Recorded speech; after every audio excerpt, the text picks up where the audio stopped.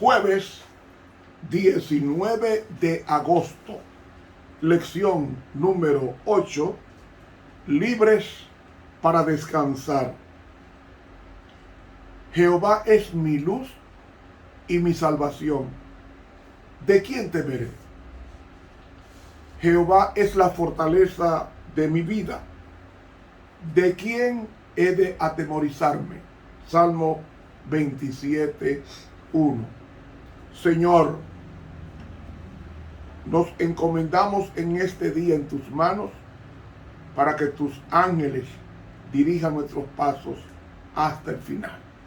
En Jesucristo, nuestro amante protector. Amén. Para hoy, jueves, descanso y más. Continuamos la lectura de ayer. Nos quedamos en el versículo 4 de Primera de Reyes 19. Hoy nos extendemos desde el versículo 5 hasta el 8. Y echándose debajo del enebro, quedóse dormido. Y he aquí luego un ángel que le tocó y le dijo: levántate, come. Ve, él estaba deprimido. Y el que está deprimido no quiere comer, no quiere socializar, no quiere buscar compañía. Está deprimido, está ensimismado, está concentrado en sí mismo. Y entonces comienza a conmiserarse, a sentir compasión. Y el Señor en su misericordia deja que se duerma, porque había caminado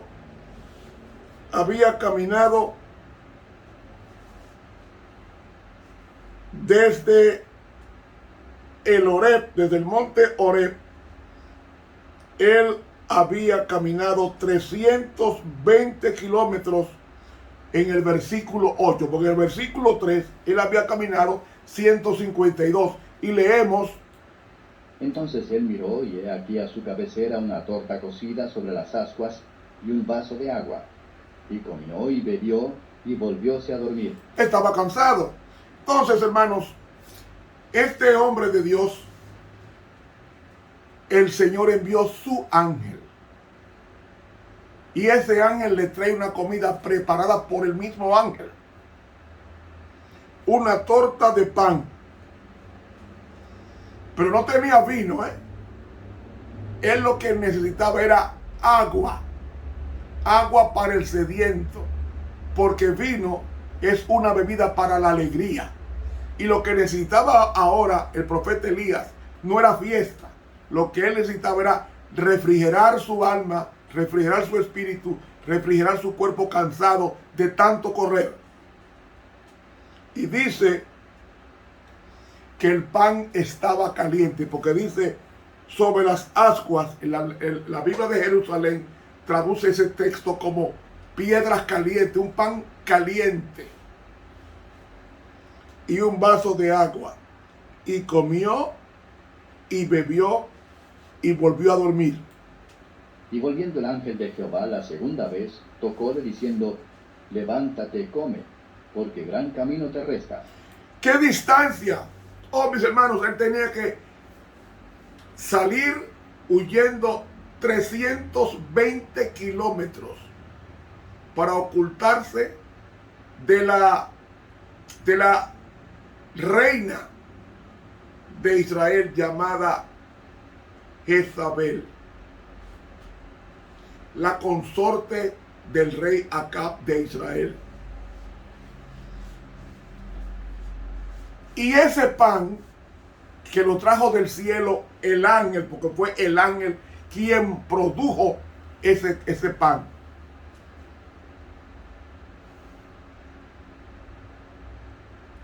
Dice: levantóse pues, y comió y bebió, y caminó con la fortaleza de aquella comida 40 días y 40 noches, hasta el monte de Dios, Horeb. Desde Beerseba, o sea, de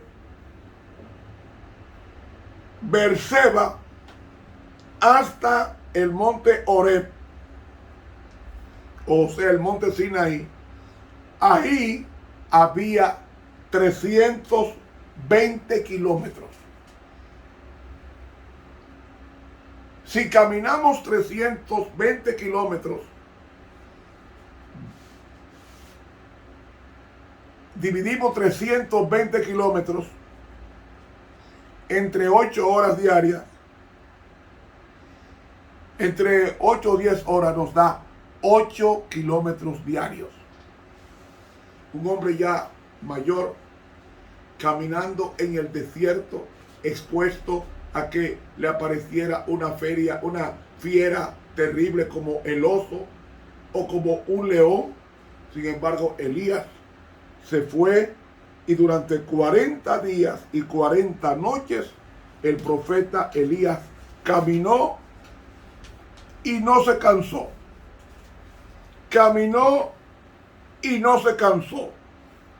Caminó y no se cansó. Y el estudio continúa diciendo: y allí se metió en una cueva donde tuvo la noche. Y fue a él palabra de Jehová, el cual le dijo: ¿qué haces aquí, Elías? ¿En qué cueva?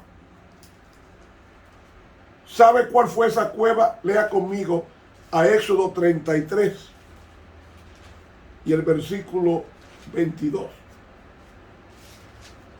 33, 22. Y será que cuando pasare mi gloria, yo te pondré en una hendidura de la peña y te cubriré con mi mano hasta que haya pasado. ¿Dónde estaba Moisés? Estaba en una cueva cuando la gloria de Dios estaba pasando. Fue la misma cueva que se ocultó Elías. ¿Y sabe qué hizo Dios? ¿Qué tú haces oculto en una cueva? Y entonces él le responde a Dios. Y él respondió: sentido he un vivo celo por Jehová, Dios de los ejércitos, porque los hijos de Israel han dejado tu alianza, han derribado tus altares, y han muerto a cuchillo tus profetas, y yo solo he quedado, y me buscan para quitarme la vida. ¿Saben? El pueblo había violado el pacto, la alianza. ¿Y qué es el pacto? Según Éxodo 19:5, el pacto es la ley de Dios, los 10 mandamientos. Y cuando una persona viola la ley de Dios, inmediatamente quiere matar al que guarda la ley de Dios. Jezabel había violado la ley de Dios. Acab había violado la ley de Dios, y ambos querían matar al que guardaba la ley de Dios, los 10 mandamientos, llamado Elías. Y él le dijo: sal fuera y ponte en el monte delante de Jehová. Y he aquí Jehová que pasaba, y un grande y poderoso viento que rompía los montes y quebraba las peñas delante de Jehová. Mas Jehová no estaba en el viento. Y tras el viento un terremoto. Mas Jehová no estaba en el terremoto. Y tras el terremoto un fuego. Mas Jehová no estaba en el fuego, y tras el fuego un silbo apacible y delicado. Y cuando lo oyó Elías, cubrió su rostro con su manto, y salió, y paróse a la puerta de la cueva. Y he aquí llegó una voz a él diciendo: ¿qué haces aquí, Elías? Y él respondió: sentido he un vivo celo por Jehová, Dios de los ejércitos, porque los hijos de Israel han dejado tu alianza, han derribado tus altares, y han muerto a cuchillo tus profetas, y yo solo he quedado, y me buscan para quitarme la vida. Y díjole Jehová: ve, vuélvete por tu camino por el desierto de Damasco, y llegarás y ungirás a Hazael por rey de Siria, y a Jehú, hijo de Nimsi, ungirás por rey sobre Israel, y a Eliseo, hijo de Safat, de Abel Meula, ungirás para que sea profeta en lugar de ti. Ve, tú no puedes pedir la muerte cuando te falta todavía terminar mi propósito. Mi propósito era ungir dos reyes. Uno es de Siria, llamado Hazael, y el otro era el rey Jehú, que era nieto de Nimsi, para gobernar sobre Israel. Y necesita entonces ungir a tu sucesor, y ese sucesor se llama Eliseo. Hermanos, Y será que el que escapare del cuchillo de Hazael, Jehú lo matará. Y el que escapare del cuchillo de Jehú, Eliseo lo matará. Y yo haré que queden en Israel 7000, todas rodillas que no se encorvaron a Baal, y bocas todas que no lo besaron. hermanos, hay descanso. Vuélvete por tu camino, deja de huir y unge a 2 personas. Y esas 2 personas son reyes. Y la tercera es el sucesor de tu ministerio. Amigo, dice: Y partiéndose él de allí, halló a Eliseo, hijo de Safat, que araba con 12 yuntas delante de sí, y él era uno de los 12 gañanes. Y pasando Elías por delante de él, echó sobre él su manto. Entonces, dejando él los bueyes, vino corriendo en pos de Elías, y dijo: Ruégote que me dejes besar mi padre y mi madre, y luego te seguiré. Y él le dijo: Ve, vuelve, ¿qué te he hecho yo? Y volvióse de en pos de él, y tomó un par de bueyes y matólos, y con el arado de los bueyes coció la carne de ellos, y dióla al pueblo que comiesen. Después se levantó, y fue tras Elías, y servíale. ¿Saben, hermanos? Ese profeta era hijo de un rico agricultor llamado Safat. Safat tenía 12 yuntas de bueyes. 12 yuntas son 24 bueyes. Era una persona con dinero. Ese hijo se llamaba Eliseo. Y Eliseo, si usted estudia bien la historia de Eliseo, el sucesor de Elías, va a encontrar que Eliseo, según la Biblia, hizo 11 milagros. Se le llama el profeta de los milagros. Hizo 11 milagros. El profeta Eliseo, el sucesor de Elías. ¿Saben, hermanos?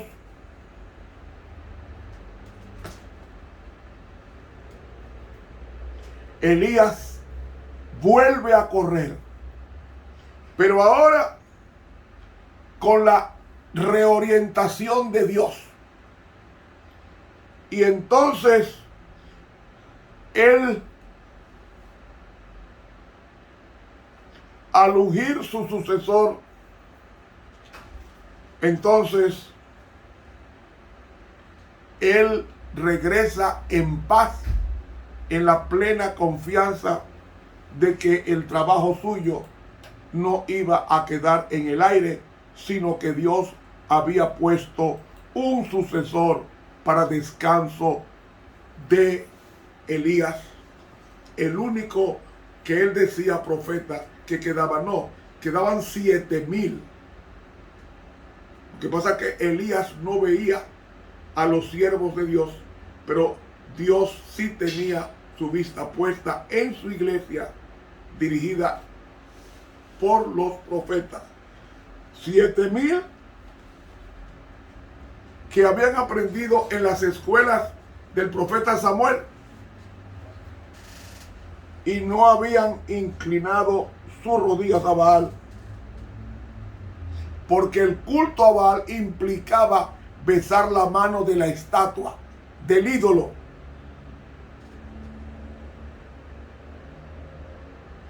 Pero en el hogar de Eliseo se honraba a Dios. Eso está en el libro Reflejemos a Jesús, en la página 328 de la Pluma Inspirada.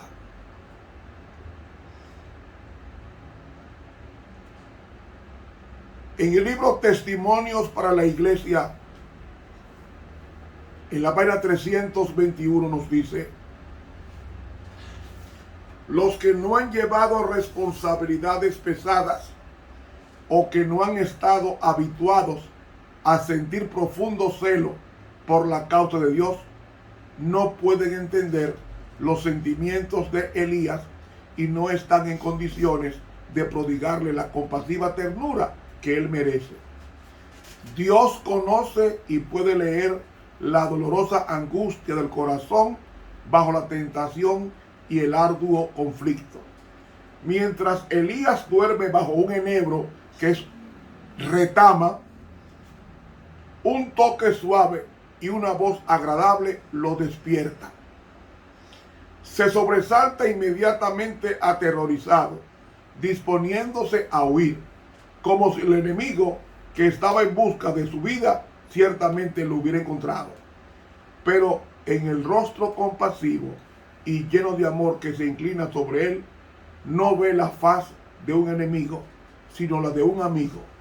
Un ángel ha sido enviado desde el cielo con alimento para sustentar el fiel siervo de Dios.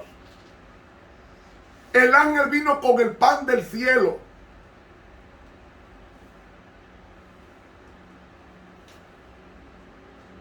Para Elías.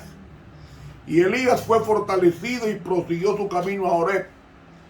Estaba en un desierto. Por la noche se alojó en una cueva para resguardarse de las bestias salvajes. Elías, aunque un profeta de Dios, fue un hombre de pasiones semejantes a las nuestras, o sea, con nuestras debilidades humanas. Tenemos que contender contra las debilidades de los sentimientos mortales. Pero si confiamos en Dios, Él nunca nos desamparará ni dejará. Bajo todas las circunstancias podemos confiar firmemente en Dios de que Él nunca nos dejará ni abandonará mientras preservemos nuestra integridad. Testimonios para la Iglesia, página 321 de la Pluma Inspirada. Amigo, muchas veces pedimos oraciones por personas tristes, por personas desanimadas, y esto es correcto, que oremos por los tristes y desanimados. Debemos orar porque Dios derrame su luz en la mente entenebrecida y consuele el corazón del entristecido. Pero Dios responde, óigalo bien, Dios responde a la oración hecha en favor de quienes se colocan en el canal de sus bendiciones. Oremos por nuestros dirigentes. Al par que rogamos por estos afligidos, debemos animarlos a que hagan alto en auxilio de otros más necesitados que ellos. Las tinieblas se desvanecerán de sus corazones al procurar ayudar a otros y al tratar de consolar a los demás con el consuelo que hemos recibido. La bendición refluye sobre nosotros. Cuando oremos por los demás, Dios contestará la oración por los demás y por nosotros cuando estemos en la misma situación por quien oramos. Vivimos en un mundo lleno de desaliento, de frustraciones. Dios hizo al hombre para que fuera feliz, pero con el pecado presente no se puede ser feliz con él. Solamente la felicidad reside en Dios. Mucha paz tienen los que aman tu ley. No hay para ellos tropiezo. Mi última cita está en el libro Reflejemos a Jesús, la página 343 de la Pluma Inspirada. Y ella dice: no debes sucumbir al desaliento. El corazón débil será fortalecido. El abatido tendrá esperanza. Dios cuida tiernamente a su pueblo. Sus oídos están abiertos a su clamor. No tengo temores por la causa de Dios, dice ella. Nunca la obra de Dios estuvo en manos de hombre, ni la está ni le estará. La mano de Dios está en su obra y Él quita y pone presidentes en su obra. Y los pone para que hagan el bien en la obra. Cuando no cumplen ese propósito, los quita y pone otros. Pero es Dios quien tiene el timón de su iglesia. Sigue diciendo, Él cuidará de su causa. Nuestro deber es cumplir con nuestra parte en nuestro lugar y vivir con humildad al pie de la cruz y ser fieles, viviendo piadosamente delante de Él. Al hacerlo, no seremos avergonzados, sino que nuestras almas confiarán en Dios con santa osadía. Sabemos a quién hemos creído. No hemos trabajado ni corrido en vano. Jesús nos conoce. El día del ajuste de cuentas se aproxima y todos serán juzgados de acuerdo con las obras que se han hecho en el cuerpo. Cuidado con el suicidio. Salomón estuvo al borde del suicidio, pero no se mató. Acudió a Dios, Dios le perdonó su vida disoluta y le devolvió el don profético. Elías no se suicidó, habló con Dios y Dios le dio comida, bebida y le dio fuerza para caminar 40 días y 40 noches en medio de las bestias salvajes. Dios cuidó al profeta Elías porque se encomendó en las manos de Dios.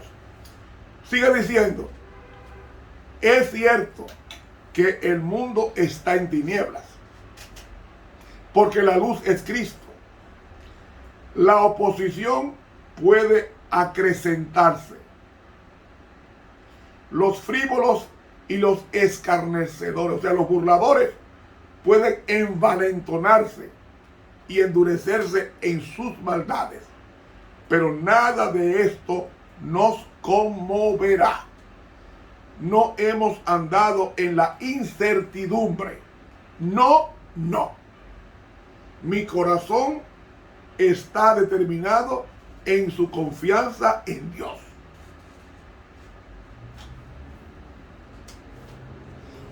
Jesús dijo que Él iría a prepararnos mansiones para que donde Él esté, nosotros también podamos estar. Alabado sea por Dios por esto. Mi corazón salta de alegría ante la gozosa expectativa. He citado del libro Reflejemos a Jesús, la página 343 de la Pluma Inspirada. Dios está dirigiendo su obra. Dios está dirigiendo su obra. Confiemos en que el Señor cuidará su obra, pero también cuidará de ti. Y como cuidará de ti, nosotros debemos confiar en ese Padre amante. Voy a decir esto que suena un poco mal, pero lo voy a decir. Dios, su naturaleza, no puede hacer maldad porque su naturaleza se lo prohíbe. Usted está insinuando entonces que Dios, la naturaleza gobierna a Dios. No, la misma naturaleza de Dios es amor. El amor no puede dar odio. El odio nunca ha residido en Dios. Dios es amor. Dios no tiene amor. Él es amor. Por tanto, el amor nunca dejará de existir. Dice 1 Corintios capítulo 13. Las cosas pasarán, pero el amor será para siempre, porque Dios es para siempre. Es más, cuando Dios destruya a los malos, los destruirá por amor. ¿Cómo por amor si los va a destruir? Los va a destruir por amor, para que no sufran viviendo la felicidad de vernos nosotros felices en tierra nueva y ellos fuera sufriendo, no participar de esa bienaventuranza. Entonces Dios, para que no sufran eternamente, los podrá descansar en forma aniquilada, destruido la raíz y las ramas, Satanás y los seguidores de él. Van a ser destruidos porque es necesario que sea destruido por amor para que no sufran vernos felices en cielos nuevos y en tierra nueva si ellos vivieran. Hermanos, que Dios nos bendiga, que Dios nos ayude a descansar en Jesús, a creer en Jesús, como dice el Salmo 73 y el versículo 26. Mi carne y mi corazón desfallecen, mas la roca de mi salvación, la roca de mi corazón y mi porción es Dios para siempre. Ese es nuestro Dios. ¿Quién es tu Dios hoy? Hermanos, que Dios nos ayude a ser felices, porque más allá, en Cristo Jesús, hay descanso. Que el Señor nos bendiga. Te habló el profesor Ramón Romero.